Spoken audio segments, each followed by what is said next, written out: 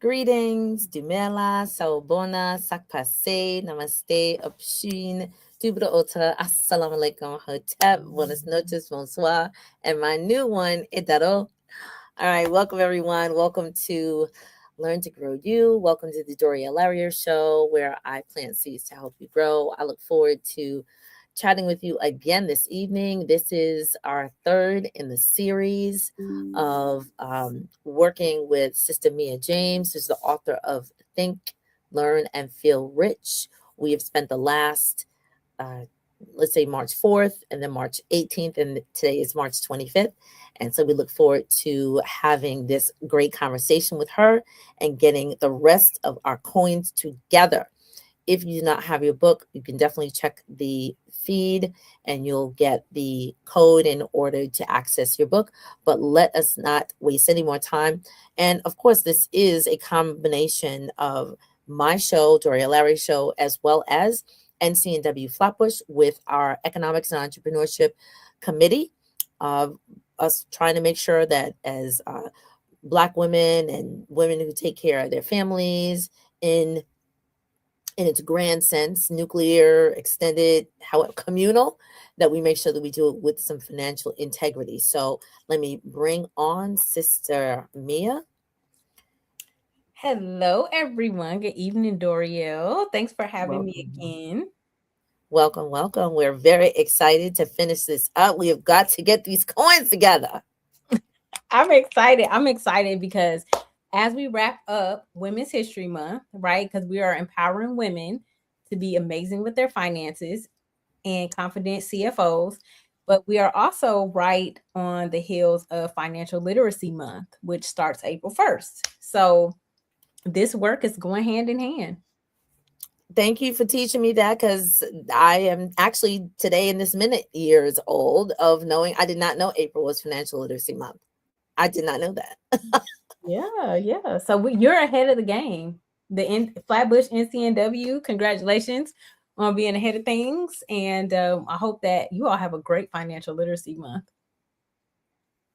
Yeah. Thank you. So Well, now that we've had your book and had this conversation, we're definitely going to have more of our coins in order. So those people who are in the chat already, I'm so excited. Please, of course, share this with as many people as possible. We're yes. going to, be chatting with a number of people. Thank you. Oh, so I have to actually say before we start, I have to say thank you to Miss, let me put her name up here, Miss Jen, who sent me a personal greeting. I appreciate you. You have been on for, this is your third week on. Thank you. I know I've seen you in the other groups.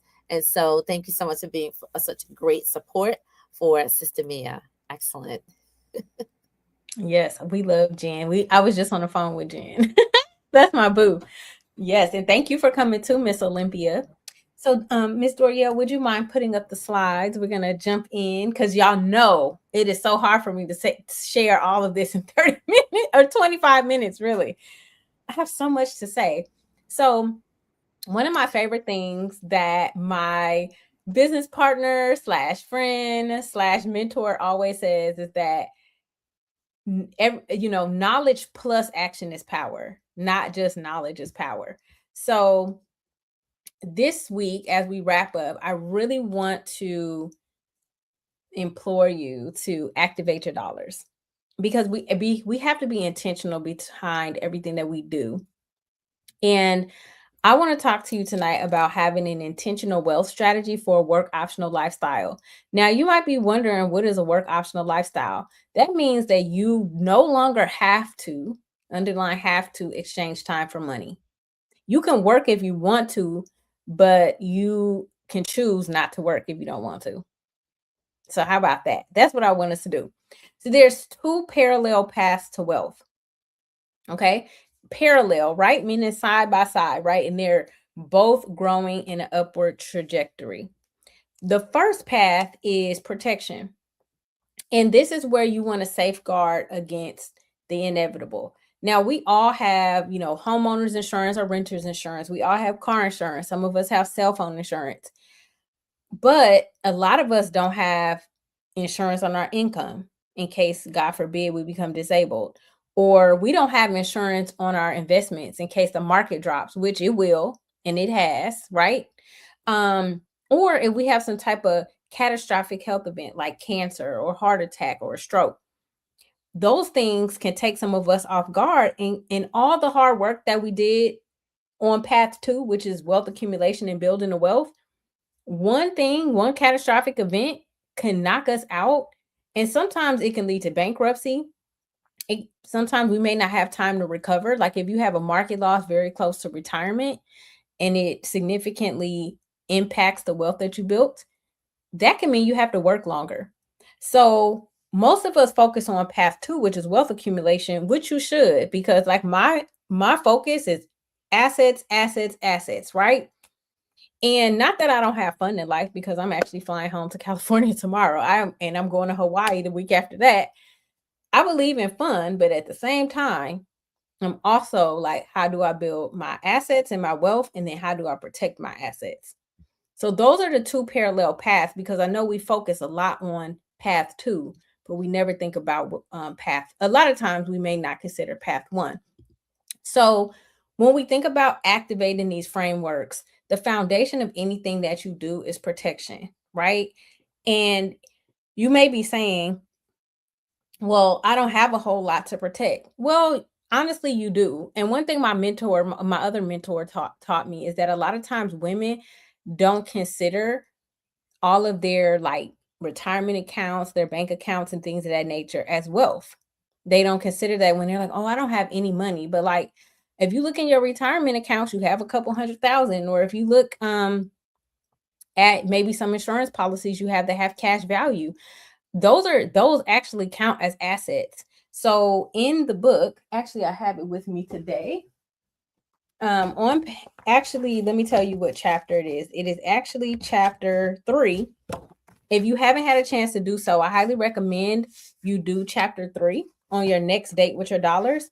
And I want you to take inventory of the assets that you have. And those are the assets that you want to protect, right? You want to protect them from too much loss and volatility. The second thing you want to do is multiply. So the reason why you want to multiply is because when you get to the point where you don't want to exchange time for money anymore, you have to have enough money to live off of when you choose to retire. So let me know in the chat, how many years from now do you all want to retire? Is it 1 year, 5 years, 10 years, 15 years? How many years from now do you want to retire? Then most women live to the average age for a woman, I believe, in terms of lifespan, is about 83. So if you subtract, let's say you are 50 right now, right? And you want to retire in 15 years. So that would make you 65. So if you real simple math, yes, exactly. I'm with you on that, Doriel. I'm on a 5-year plan too. I'm on a 5-year plan. So if you 83 minus 65, right? That's 18 years.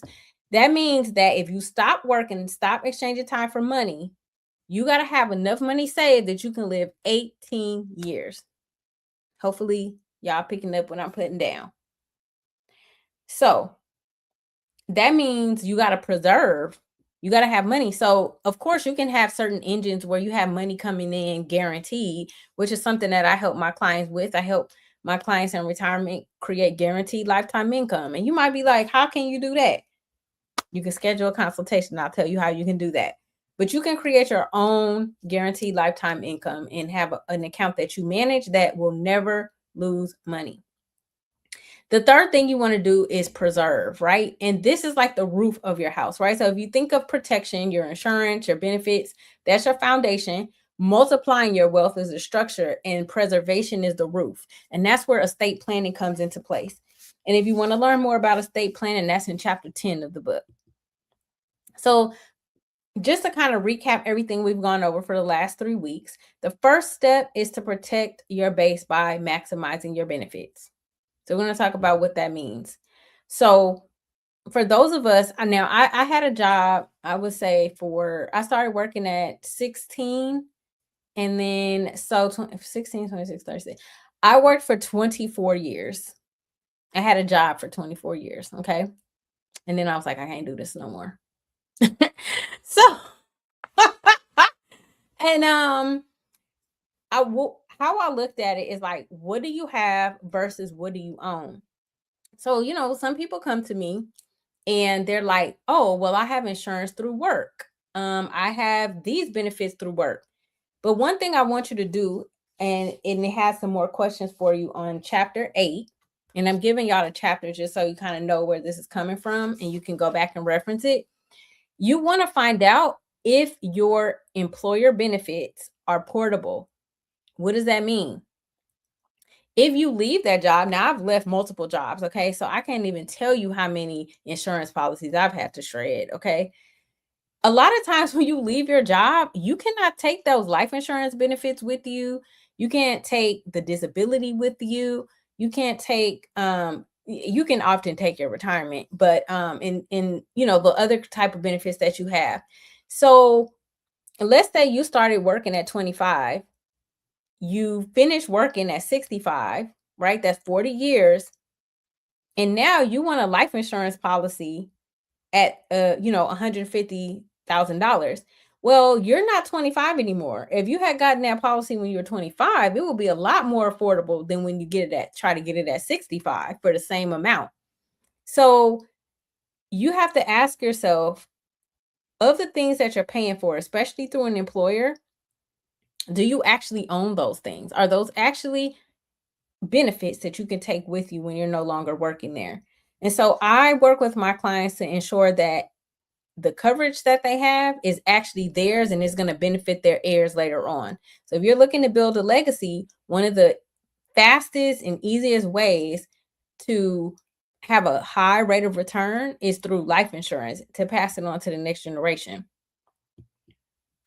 So this is actually in the book, and this is in chapter 8 again. And it is around, let me get there.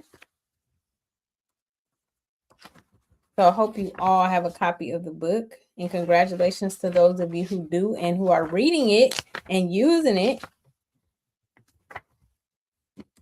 So it's a benefit chart here in the book, and it will allow you to actually fill out what coverage you're paying for at work, how much you pay, how much your employer pays. But the main question I want you to ask is your employer. Yay, thank you, Olympia, for having a copy of the book. I appreciate you. I want you to ask your employer, this is the critical question right here. Are these things portable? What that means is, can you take it with you when you either quit or retire? Or if you're fired, God forbid. Okay. If the answer is no, then you may want to consider, how can you have these benefits on your own, right? Because I had a client with health insurance, for example. He didn't realize when we were doing his retirement calculation, he didn't realize that he didn't qualify for Medicaid because he was too young when he retired. And he was like, oh, I actually need more money because I got to pay for health insurance until I qualify. I was like, okay. So what a lot of people don't understand, if you don't have one of those wonderful jobs where they take care of health insurance for you for life, if you got to pay for health insurance out of pocket, it's not cheap. And the thing is, the reason why these things are so cheap at work is because you're getting a group rate. Once you remove yourself from that group, unless you have AFLAC, and I know that because I'm an AFLAC benefits consultant as well, unless you have AFLAC, those rates go up. Trust me. I know. I've seen it with my own eyes. So the next step is to multiply your dollars. So this is where we were talking about the structure of the house. This is where you're not necessarily making money from working, right? You're not trading time for money. You're letting the money go out and make friends and come on back with some extra, friends. You know how like when you were young, you would go outside and play and your mom was cooking dinner and then your friends were like, "Ooh, can we come over to your house and eat dinner?" I don't know if that happened to you. It happened to me a lot because everybody loved my mama's cooking. So then, you have all these friends and you're like, "Mom, could so and so and so and so and so and so come over for dinner?" And she's like, "Okay, sure." That's what you want your money to be doing too, right? So the thing is, we already kind of talked about this a little bit, but if you look at this startling statistic, the average 65-year-old has saved $200,000. And earlier we talked about maybe a lady that's retiring at 65, living possibly till 83, which is 18 years. Most people are living 20 plus years in retirement. Like my Miss Schneider, who I just talked to on the phone last night. Miss Schneider has been retired for 23 years. I'm like, you go, Miss Schneider. I want to be like you when I grow up. And so, and Miss Schneider is living her best life on mission trips, all of the things. Okay, like she lives great, and for in 23 years. So my question to you is, with this retirement crisis we have in the U.S. at this time, is $200,000 enough to last for 18 to 20 years in retirement? Absolutely not. Not with inflation, right? So this is so important that we understand that even though our employers might have 401ks, 403bs, TDAs, 457s, all the fours. Okay, I did a whole IG reel about that. They might have all that in place for you, but ultimately you are responsible to make sure you have enough money when you retire, because if not, you got to work longer. And I've had to have that conversation far too many times because people in general, I'm not saying you, because you all are probably savvy and you're probably saving a ton, but people in general are not saving enough. So if you know someone that needs to save more, then this is an important conversation to have. And one thing that this is a phenomenon that we don't always get taught in school, which is compound interest. This is how your investments and your interest rate on your savings account and things, this is how it grows, right? So it's like money on top of money. So like, let's just say that you have an account that has a 10% return. You put in $100, 10% of $100 is $10, right? So that $100 you put in plus the $10 in interest, which is 10%, is equal to 110. Now, when you get interest again, you don't just get interest on the 100, you get interest on the 110. So that's how compound interest works. So it's like whatever the next amount is, so you get credited your interest, then you get interest on top of that, and then interest on top of that, and then you start to see this lovely exponential growth. And one thing, I don't think I put it in the slides. Oh, I did. Yay. The rule of 72. This is like a phenomenon, like the 8 wonders of the world. I forgot who discovered it, but basically, if you want to know how long it will take your money to double, this is simple math. And this is why I always tell people you can do money as long as you can do simple math. You can actually calculate your wealth velocity. If you actually read your statements, it'll tell you you've gotten X% interest over, this whatever time period, right? So in this case, let's say you have something that has an interest rate of 8%, right? Like some type of investment. That means that 72 divided by 8 is 9. So that just means that any monies that you have in an account with 8%, it'll take 9 years to double. Meaning if you put in $100, it'll take 9 years for it to become $200. Now that's if you don't add anything to it, obviously. Okay. So this is the simple rule. It works with any amount that you choose. If you have something with 1%, like some people's bank accounts don't even give 1% rate of return. So if you have 1% rate of return, that means it will take 72 years for your money to double. So then you have to consider, if I'm only getting this rate of return, is it enough? Do I need to be doing something different? So this kind of gives you a way to evaluate if your investments are working for you. And then step 3, preserving your generational legacy. So this is going back to chapter 10, okay, on estate planning. Once you build the wealth, you want to, if legacy is important to you, as it is to me, you want to make sure you can legally transfer it to those you love in a very simple and easy manner. Because we're all familiar with wills, or not having a will, right? But what we don't understand is all the time is that if you only have a will, then your family or your heirs have to go to probate. And that means time. Average probate is 2 years, and that means attorney's fees. which then drains your assets. Yep, that's right, Keisha. We are responsible for paying for our life before retirement. Like once you hit that adulthood, you just need to be responsible. Yep. So I'm disclosure here. I am not an estate planning attorney. I do partner with an estate planning firm. And I do have an estate plan. So for my personal self. So I just want to share a little bit about the ecosystem.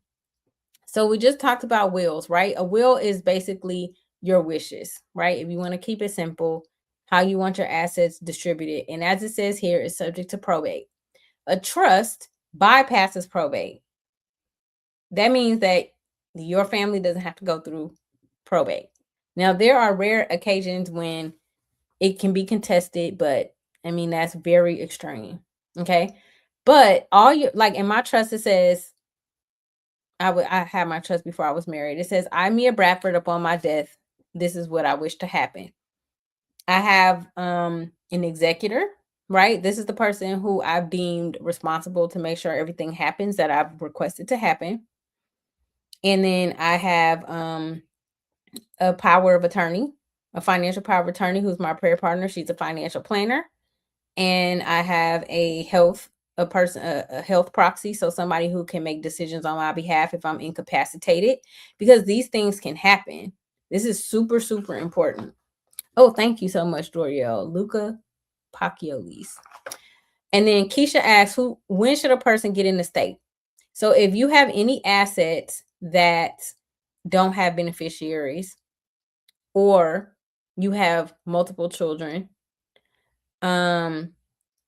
or you have or like a blended family, because like step children, this and that, because anything that's outside of the norm, even in certain situations where there's a spouse, like say somebody's brother passes away and they have a spouse. I just heard a story about the husband, he died, his siblings tried to come after the house and take it from his wife. Now, if he had a trust, she wouldn't have to worry about that. Or if she was on the deed. So these are like things, like I know it's like, oh, I don't feel like dealing with this. I have so much going on. But these are the things, that's why my business is called Beyond the Busyness. We got to stop being so busy and take care of the main thing. We got to make the main thing the main thing. And Keisha, if the person dies before I do, then it's my responsibility to change them on my trust.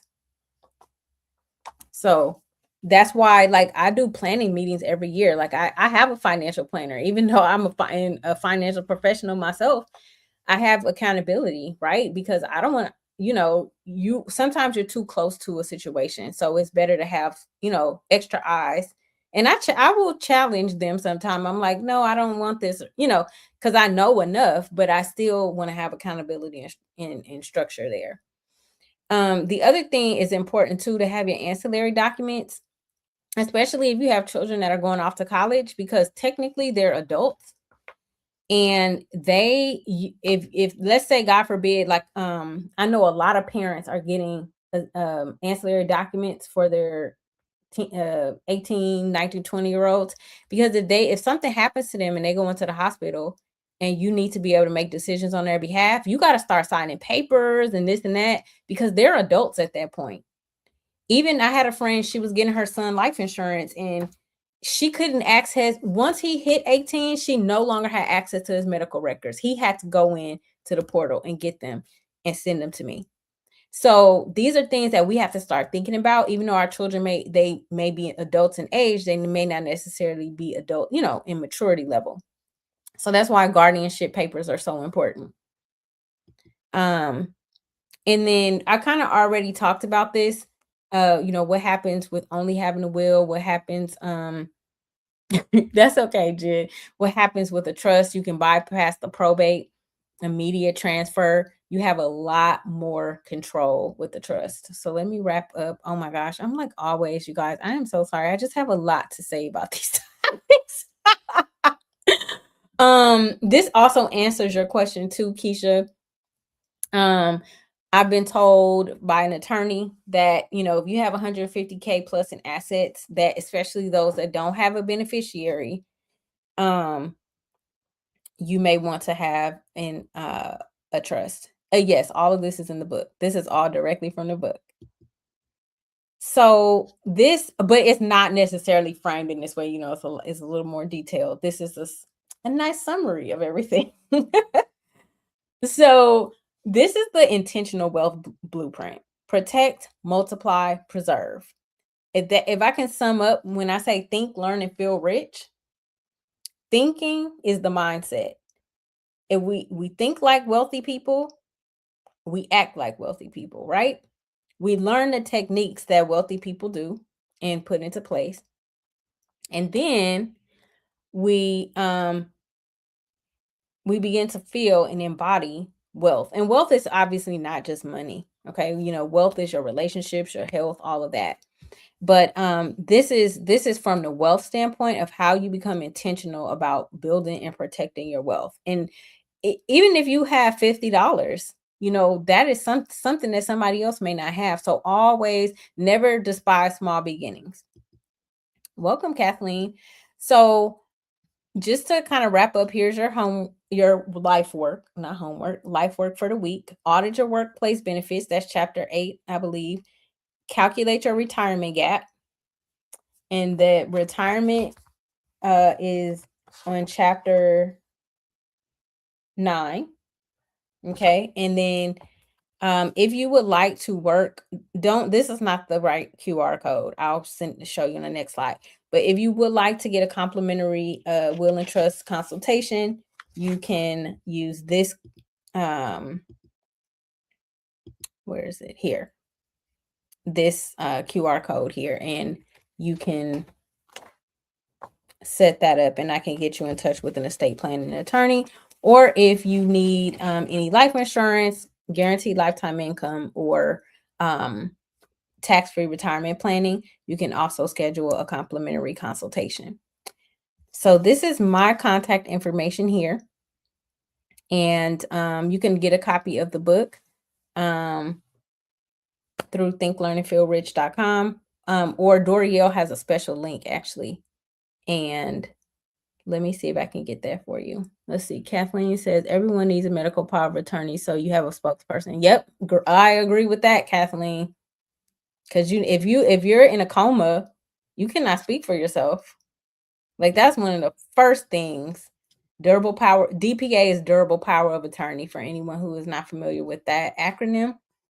Yes, you absolutely. I have all of the things, and please be responsible, because when people are grieving, it's really hard for them to make good decisions. So if you take that burden off of them by having these things set up, like I have a friend, he was like so hurt because his sister didn't have something in place, and he had to be the one to say pull the plug, and he didn't want that responsibility. Like, you got to realize, like, if we don't take care of our business, then we put our family members in very precarious situations, and I'm sure that's not what we really truly want. So we got to get beyond the busyness, and we have to take care of business. So let me get Doriel's link. Doriel, do you have it handy? Or let me see, hold on. I think the link that I had was the first one. Okay. And I don't remember if that was the same the one that we needed to use. Okay, hang on. I'll get it for everyone while we're doing that. Sure. So while you're doing that, I definitely want to say thank you a gazillion times. Thank you. And these 3 videos of just about 30 minutes each should be enough to whet, WHET, the appetite of people, and get them started on, if they are just starting out the gate, to get their coins in order. I definitely, as we said in episode 1 or session 1, that I have my own date with my dollars. That I've had that for many years, because a lot of my payments come out towards the end of the month. So I sit and I do those manually, because I also want to make sure that I know, what's there and what needs to be there and what needs to go out. So that's my personal date with my dollars. And I've said to people, I don't know if you'll be able to see it when I talk about this work, I say, get a book. So I keep, whenever time I was advertising this, I was like, get you a book that you can write this information down, so that people know, hey, this is the information that my family, whether it's my child, my spouse, my partner, my parent, where they have all their numbers, all their codes, whatever. It's in one place so people don't have to dig. So I've done those two things. I have my dollars. I have my book.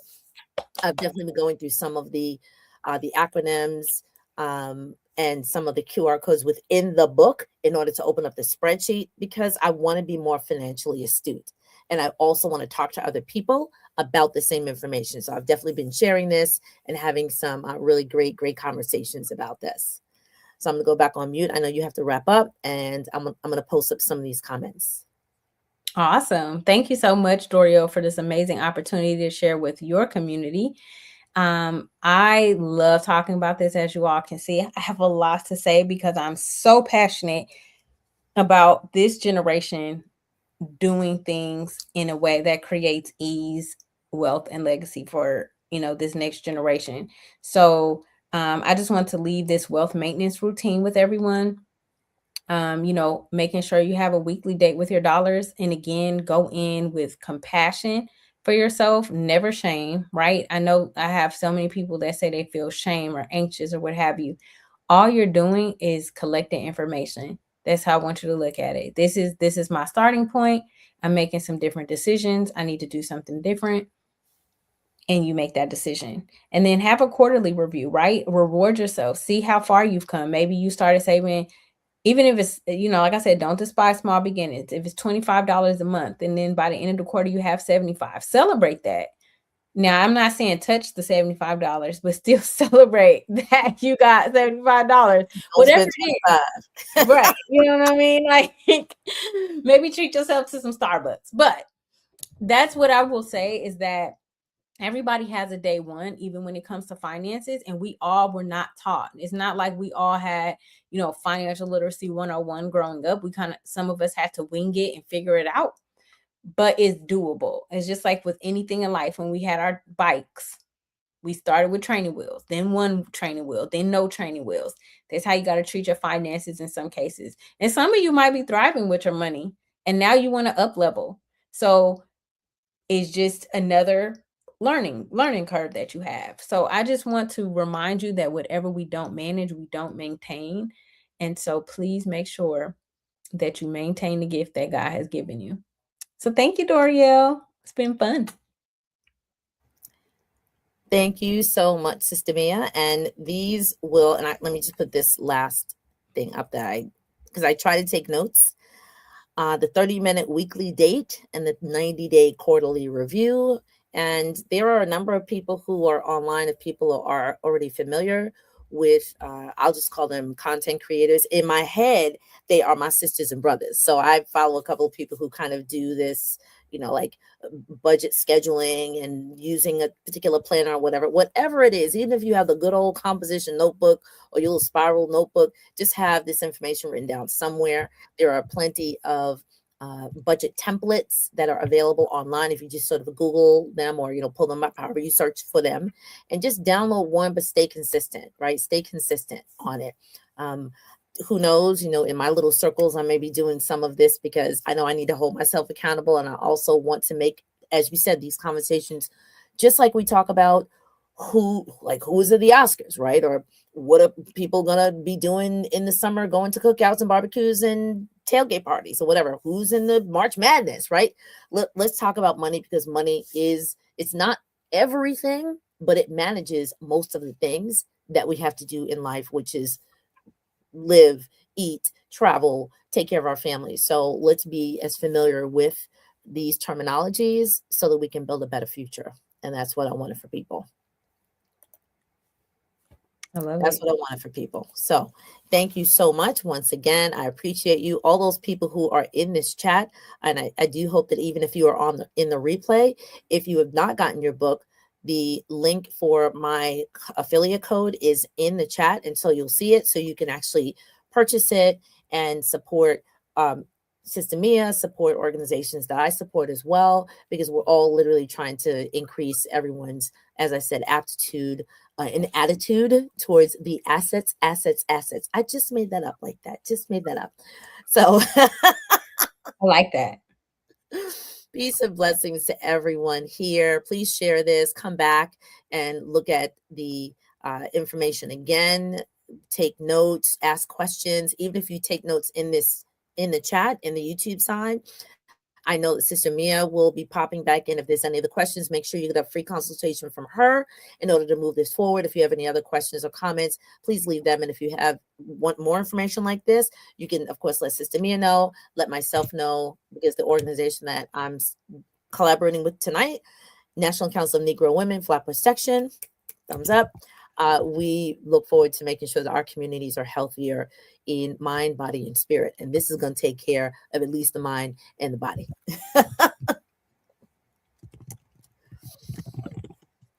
All right. So everyone, thank you so much. Thank you so much. Who is it? Oh, wait, let me just, we got some people here. Greetings, Brother Dwayne. Hey, Dwayne, good to see you. And then Keisha asked what's happening at 8. So Keisha, I'm going through a book called What Would the Rockefellers Do? And I'm explaining how people can use life insurance to fund their trust and create generational wealth. So that's going to be on the Beyond the Busyness YouTube channel. Excellent. And I will be in that chat as well, because that information is fire. So once again, peace and blessings, everyone. Thank you so much for joining us. I do appreciate you all and look forward to listen. Please actually also do this. This is totally free. Subscribe to these channels. Subscribe. You can subscribe to Learn to Grow You YouTube channel. It supports us and makes sure that we get our information out there. Subscribe to Beyond the Busyness. You can subscribe to NCW Flatbush, wherever it is that you see us here. Please just follow and share the information with your family, your friends and family, and whoever else, because we all need to do this together. Okay, thank you so much. Good night. All right, good night, everyone.